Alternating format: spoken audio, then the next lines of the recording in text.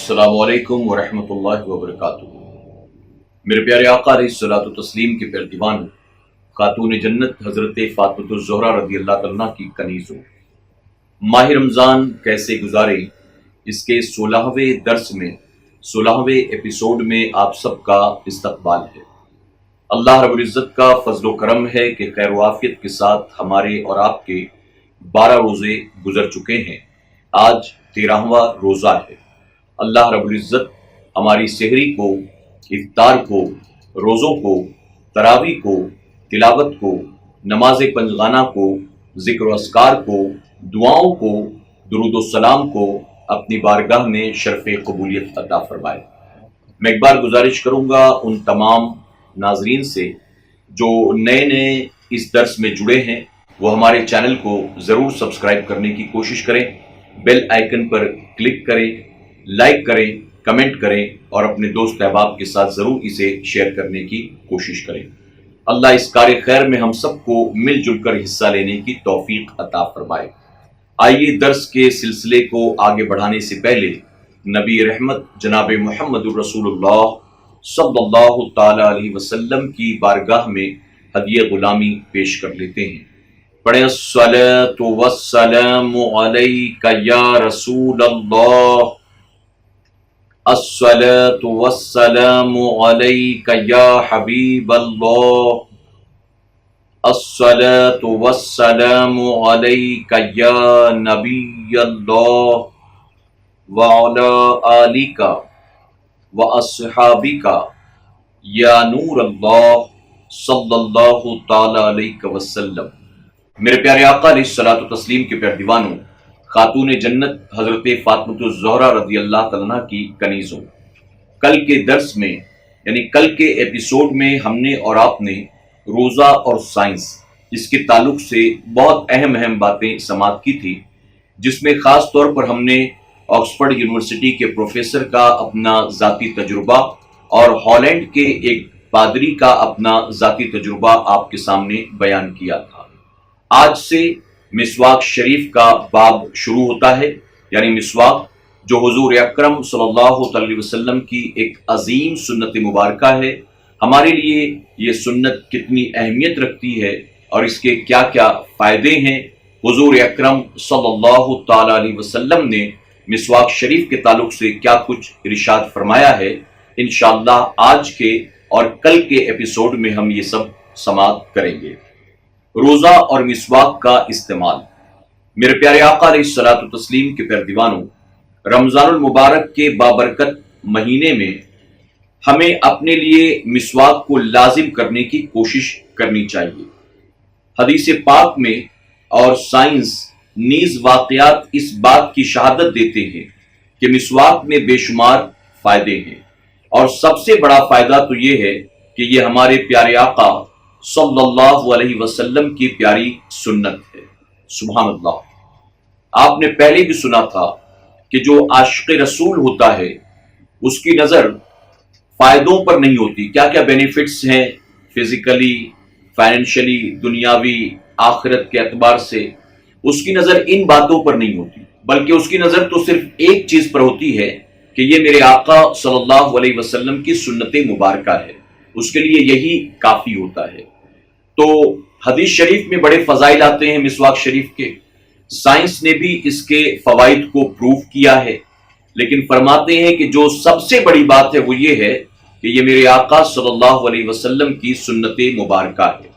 میرے پیارے آقا علیہ الصلوۃ والتسلیم کے پیردیوانوں، یہاں امیر سنی دعوت اسلامی نے لکھا کہ حدیث مبارکہ کی روشنی میں اور سائنس کی روشنی میں اس کے یعنی مسواک شریف کے فضائل کو، فوائد کو میں بیان کرتا ہوں اختصار کے ساتھ، تاکہ لوگوں کے دلوں میں مسواک شریف کی محبت جو ہے وہ ہمیشہ کے لیے پیدا ہو جائے۔ مسواک کے حوالے سے نبی کریم صلی اللہ علیہ وسلم بے انتہا تاکید فرماتے، یہاں تک کہ صحابہ اکرام یہ خیال کرتے تھے کہ عنقریب اس کے متعلق آیت نازل ہوگی۔ اللہ اکبر۔ یعنی صحابہ اکرام کو حضور اکرم صلی اللہ علیہ وسلم اتنی تاکید فرماتے تھے مسواک شریف کے تعلق سے کہ صحابہ اکرام کو یوں لگتا تھا کہ جیسے عنقریب اس کے تعلق سے اللہ آیات نازل فرما دے گا۔ ایک حدیث شریف میں نبی کریم صلی اللہ تعالی علیہ وسلم نے ارشاد فرمایا، اگر میں اپنی امت پر دشوار نہ جانتا تو مسواک کو ان کے لیے فرض قرار دیتا۔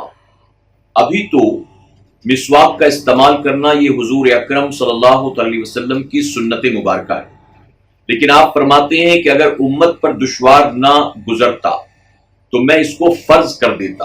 اللہ اکبر! یعنی میرے آقا صلی اللہ علیہ وسلم کو مسواک شریف سے کتنی محبت تھی۔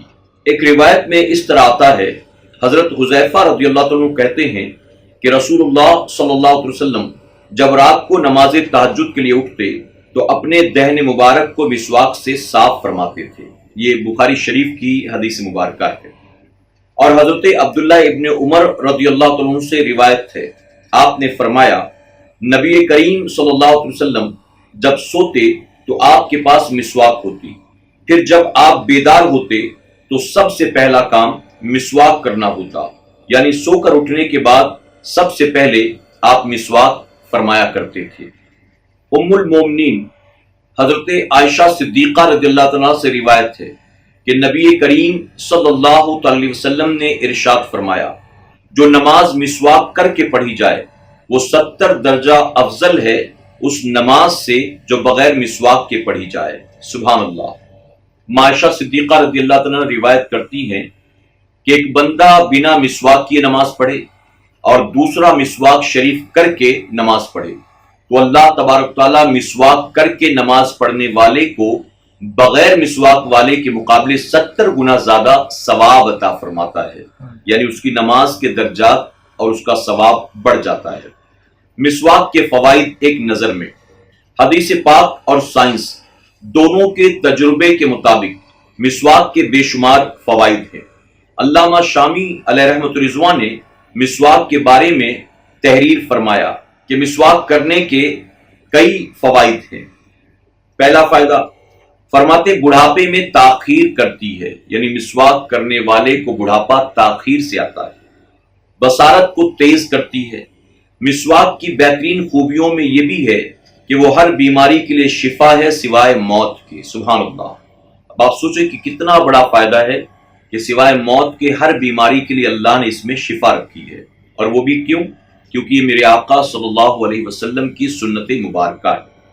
السرات پر چلنے میں تیزی بخشتی ہے، منہ کی صفائی کا ذریعہ ہے، رب تبارک تعالیٰ کی رضا کا سبب ہے، ملائکہ کو خوش کرتی ہے، منہ کی گندگی کو دور کرتی ہے، اور کیڑے لگے ہوئے دانتوں کو صحیح کرتی ہے، دانتوں کو چمکدار کرتی ہے، بصارت کو جلا بخشتی ہے، مسوڑوں کو مضبوط کرتی ہے، کھانے کو ہضم کرتی ہے، بلغم کو کاٹتی ہے، نماز کے اجر و ثواب کو بڑھاتی ہے، قرآن کے راستے یعنی منہ کو صاف کرتی ہے، فصاحت کو بڑھاتی ہے، معدے کو قوت بخشتی ہے، شیطان کو ناراض کرتی ہے، نیکیوں میں اضافہ کرتی ہے، سفرہ یعنی وہ جو کڑوے رنگ کا مادہ ہوتا ہے زرد رنگ کا، سفرہ کو کاٹتی ہے، بالوں کی جڑوں کو مضبوط کرتی ہے، اور روح کے نکلنے کو آسان کرتی ہے۔ سبحان اللہ۔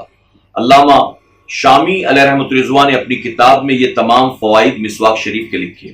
آپ نے غور کیا ہوگا، اب مسواک کا تعلق منہ سے ہے، ظاہر ہے کہ آدمی اس کا استعمال کہاں کرتا ہے؟ منہ میں، لیکن یہ چونکہ حضور اکرم صلی اللہ علیہ وسلم کی بہت ہی پسندیدہ سنت مبارکہ ہے، اس لیے فرمایا کہ پلسرات پر رفتار کو تیز کرتی ہے۔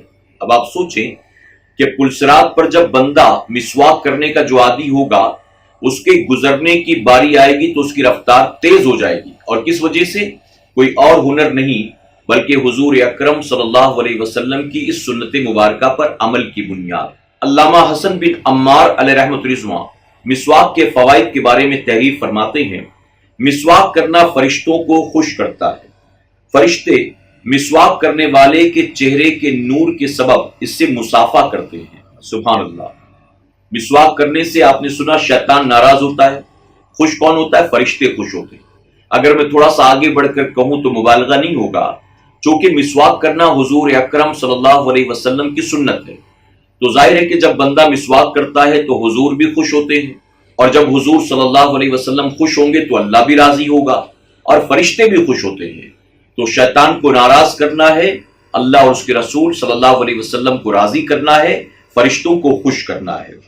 فرشتے مسواک کرنے والے کے ساتھ چلتے ہیں جب وہ نماز کے لیے نکلتا ہے۔ عرش کو اٹھانے والے فرشتے اس کے لیے استغفار کرتے ہیں جب وہ مسجد سے نکلتا ہے۔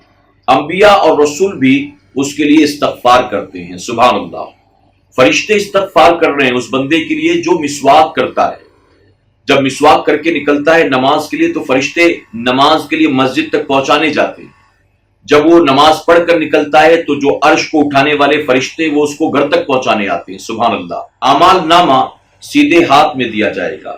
مسواک کرنا اللہ کی اطاعت اور فرمانبرداری ہے، بدن کو قوت دیتا ہے، جسم سے مضر حرارت کا ازالہ کرتا ہے، قضاء حاجت پر مدد کرتا ہے۔ مسواک کرنے والے کے لیے قبر کشادہ ہو جاتی ہے۔ سبحان اللہ، یعنی دنیا میں بھی فائدہ ہے، قبر میں بھی فائدہ ہے، اور میدان قیامت میں بھی فائدہ ہے کہ پل صراط پر رفتار بھی تیز ہوگی اور قبر بھی کشادہ کر دی جائے گی۔ لحد میں منیس و غمخوار ہوتی ہے۔ مسواک پر مداومت کرنے والے کے لیے اس دن کا بھی اجر لکھا جائے گا جس دن اس نے کسی مجبوری کی وجہ سے مسواک نہیں کی، یعنی جو ہمیشہ پابندی کرتا ہے، اگر کسی دن کسی وجہ سے رہ گیا، مثلا سفر میں تھا مسواک شریف نہیں لا سکا، کہیں رکھ کر بھول گیا، کہیں گر گئی، نہیں کر سکا مجبوراً، تو فرمایا گیا کہ بن کیے بھی اسے اس دن بھی مسواک کرنے کا ثواب ملے گا جو مسواک کرنے کا عادی ہوگا۔ جنت کے دروازے کھول دیے جاتے ہیں۔ سبحان اللہ، فرشتے مسواک کرنے والے کے متعلق کہتے ہیں یہ انبیاء علیہ السلام کی پیروی کرنے والا ہے اور ان کے طریقے پر چلنے والا ہے۔ جہنم کے دروازے اس پر بند کر دیے جاتے ہیں۔ مسواک کرنے والا اس دنیا سے پاکیزگی کی حالت میں نکلتا ہے۔ حضرت ملک الموت مسواک کرنے والے کی روح قبض کرنے کے وقت اسی صورت میں آتے ہیں جس صورت میں انبیاء و اولیاء کے پاس آتے ہیں۔ سبحان اللہ، سبحان اللہ، آپ سوچیں امیر سنی دعوت اسلامی نے اپنی کتاب ماہ رمضان کیسے گزارے میں جو یہ ڈیٹیل دی ہے مسواک شریف کے تعلق سے، اس کی وجہ آپ نے پہلے ہی بیان فرما دی کہ میں چاہتا ہوں کہ لوگوں کے دلوں میں محبت پیدا ہو جائے، اس لیے آپ نے تمام جگہوں سے فضائل کو جمع کر کے اس کتاب میں نقل فرمایا۔ اللہ ہمیں مسواک شریف جیسی عظیم سنت کو زندہ کرنے کی توفیق عطا فرمائے۔ دنیا سے رخصت ہوتے وقت نبی کریم صلی اللہ علیہ وسلم کی حوض کوثر سے اسے سیراب کیا جاتا ہے اور وہ رحیق مختوم یعنی خالص شہد کی طرح مشروب ہے۔ سبحان اللہ، یعنی جو بندہ مسواک کرنے کا عادی ہوگا دنیا سے رخصت ہوتے وقت اسے حضور اکرم صلی اللہ علیہ وسلم کی حوض کوثر سے سیراب کیا جائے گا، یعنی اس سے پلایا جائے گا، اور فرمایا گیا کہ جو شہد کی طرح میٹھی ہے۔ میرے پیارے آقا علیہ الصلوۃ والتسلیم کے پیروانوں، بس اسی پر آج کے درس کے سلسلے کو ہم سمیٹتے ہیں۔ مسواک شریف کے تعلق سے ابھی بہت کچھ سیکھنا باقی ہے، کل کے ایپیسوڈ میں انشاءاللہ ہم اور آپ سماعت کریں گے۔ اب آئیے آپ کے سوالات کے جواب کا سلسلہ شروع کرتے ہیں۔ آج کا پہلا سوال اعظم خان صاحب نے کیا ہے۔ السلام علیکم حضرت، اہل سنت والجماعت کی طرف سے اب کی بار فطرے کی رقم کیا رکھی گئی ہے، برائے کرم رہنمائی کیجیے۔ دیکھیں، سب سے پہلی بات تو یہ ہے کہ فطرے کی رقم کو یوں فکس کرنا یہ بھی مناسب نہیں ہے۔ مسئلہ تو یہ ہے کہ آپ سال بھر جس قیمت کا گیہوں کھاتے ہیں 2.25 کلو کے اعتبار سے کیلکولیٹ کریں یا 2 کلو 100 گرام کے اعتبار سے، اور جو قیمت اس کی بنے وہ کسی غریب کو آپ دے دیں، یہ فطرے کی رقم بنتی ہے۔ عام طور پر لوگ جو فکس کر لیتے ہیں 45 روپے، 50 روپے، 60 روپے، 70 روپے، یہ غیر مناسب ہے۔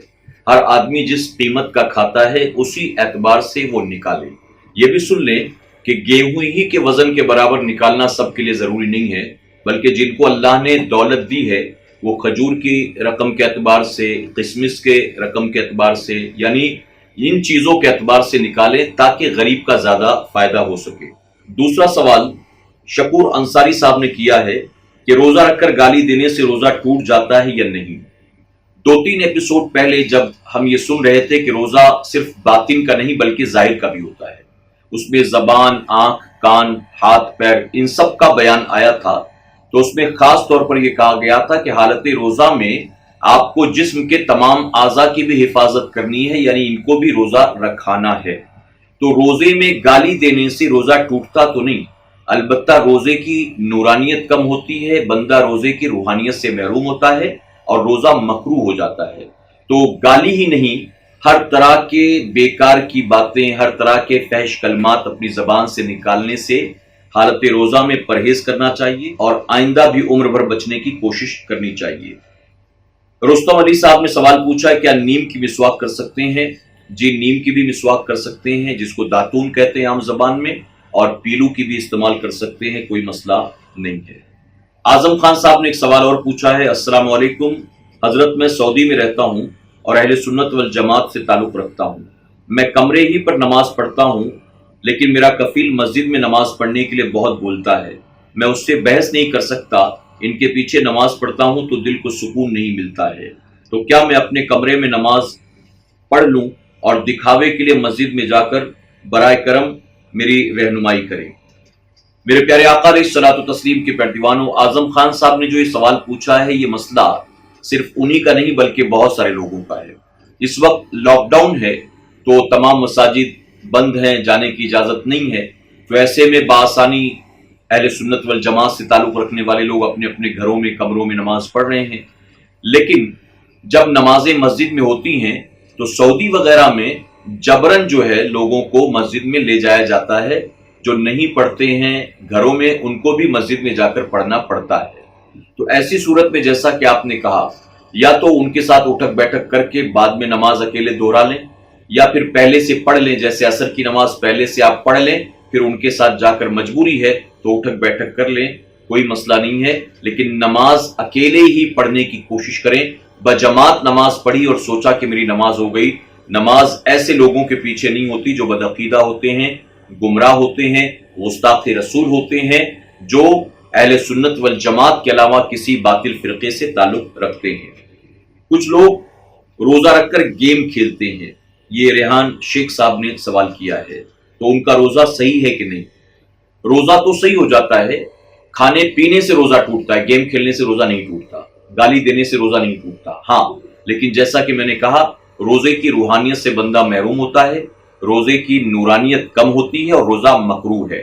ایسی تمام چیزوں سے تو زندگی بھر بچنا چاہیے، حالت روزہ میں تو بہت زیادہ پرہیز کی کوشش کرنی چاہیے۔ ایک آخری سوال آج کے ایپیسوڈ میں لیتے ہیں۔ محمد شاہد صاحب نے پوچھا ہے کہ حالت روزہ میں اگر وضو کے وقت کلی نہیں کریں گے اور ناک میں پانی نہیں ڈالیں گے تو وضو ہو جائے گا کہ نہیں؟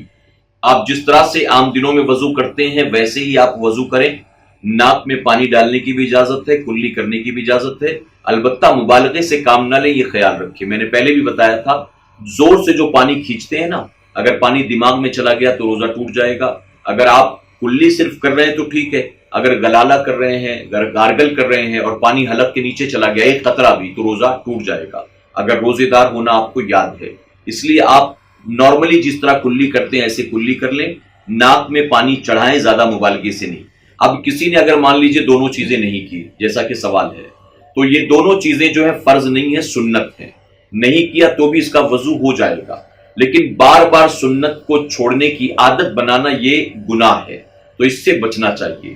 اللہ اپنے محبوب پاک کے صدقۃ فعل ہم سب کے علم میں، عمل میں خوب برکتیں عطا فرمائے۔ ہم نے جو کچھ سیکھا سنا، اللہ اس پر عمل کر کے اسے دوسروں میں عام کرنے کی توفیق عطا فرمائے۔ انشاءاللہ زندگی رہی تو کل پھر درس میں ہماری اور آپ کی ملاقات ہوگی۔ اپنی دعاؤں میں ہمیں بھی ضرور یاد رکھیں، اپنا خیال رکھیں۔ السلام علیکم ورحمۃ اللہ وبرکاتہ۔ آج ہی SDI چینل کو سبسکرائب کریں، بیل آئیکن پر کلک کریں۔